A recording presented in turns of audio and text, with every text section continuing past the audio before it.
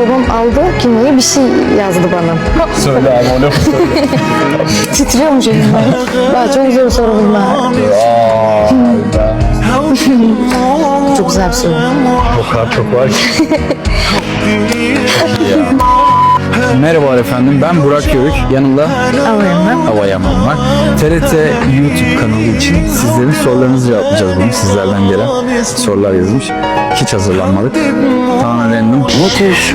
Oha. Olaya bak. Kağıtlar çekeceğiz ve cevap vereceğiz sizlere efendim. Ben başlayayım. Ben gerginliği bir atayım. Şimdi bakalım ne sordunuz. Oynadığınız karakteri 3 kelimeyle nasıl tarif edersiniz? Vay.